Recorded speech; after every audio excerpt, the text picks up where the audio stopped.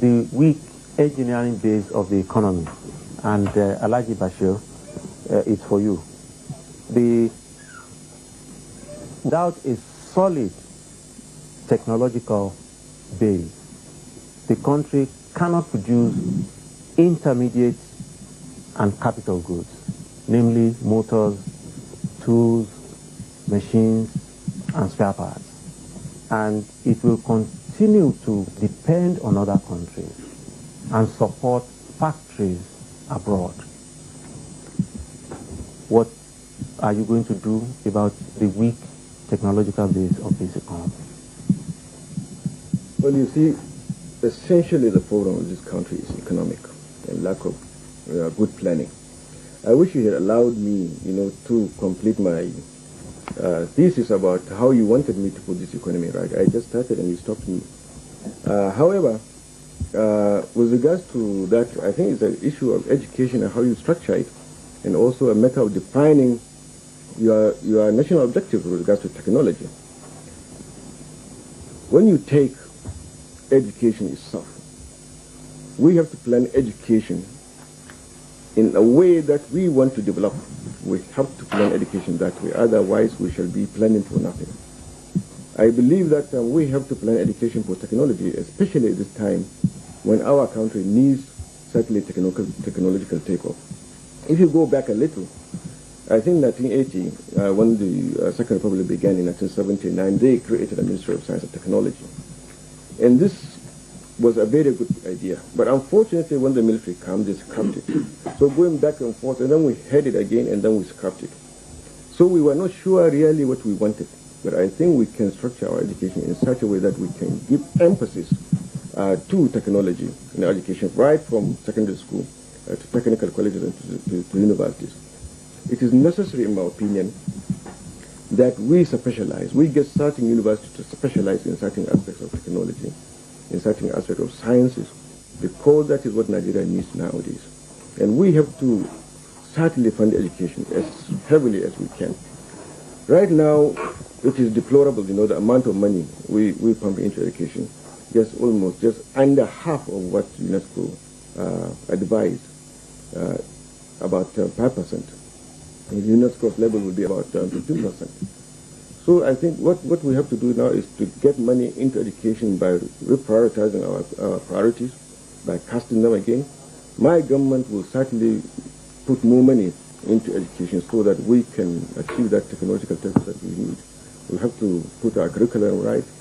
We have to focus our attention to education. The Ministry of Education, the Ministry of Technology must be given this rightful place so that it can work and train Nigerians for this technology. Thanks very much. Bashir.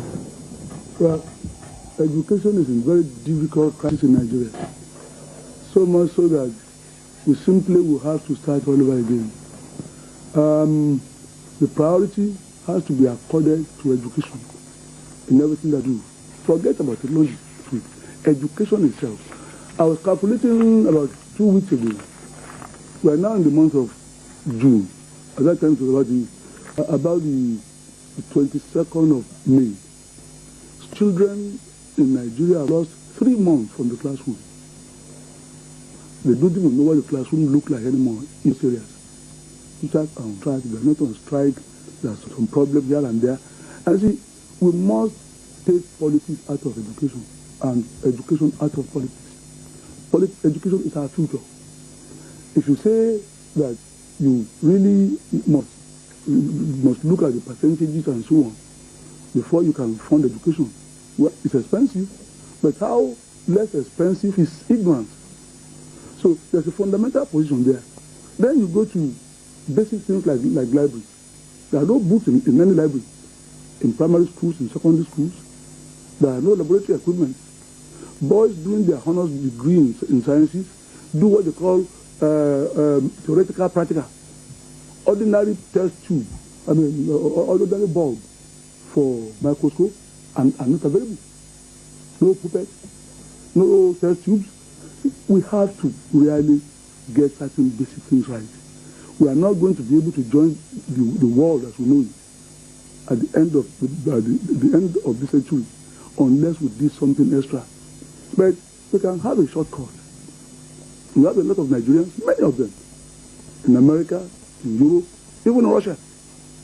You see, the number 2 man in Sunobu, that nuclear power plant that blew up, was a Nigerian. He was on vacation in the U.S. They sent a whole Illusion Institute to go and bring him back to get things done. I know the young man, only 41.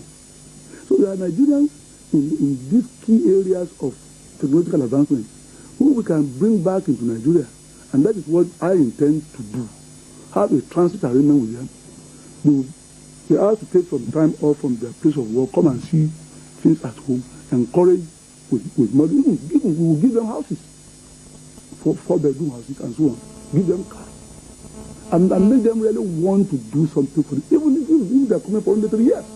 So we have the people, and I think these are the things we can do. Have a clarion call on them. And we have so many of them in the U.S. I must stop you, okay, thank you on this point. Well, questions from the NRC side. One question. Chief Adela, yes. you are an aspirant to the presidential office of Nigeria. I'm a candidate. A candidate, I'm sorry, a correction.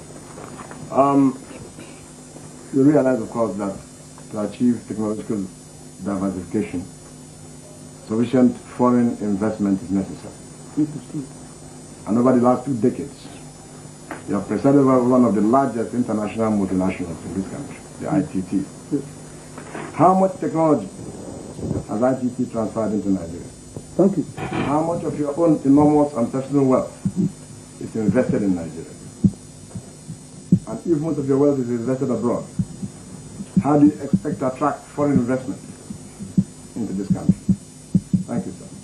Well, simple. ITT made the proposal in 1975 to build a telephone exchange factory here. We went ahead, we even acquired land in Abeokuta. All we want is a definition of what type of various equipment should be manufactured. Is it cross bar? Is it digital? Is it electronic? Meetings were held, people came from America, came from Europe. At the time I went out of the country myself, I would come back again to attend these meetings, nothing so much of it. Not a single frame of telecommunication is manufactured in Nigeria today, because it pays of officials to be importing these things from abroad. In fact, because I kept pressing to have the thing manufactured in Nigeria, we got blacklisted. ITT was just being able to have a digital exchange contract only 3 months ago.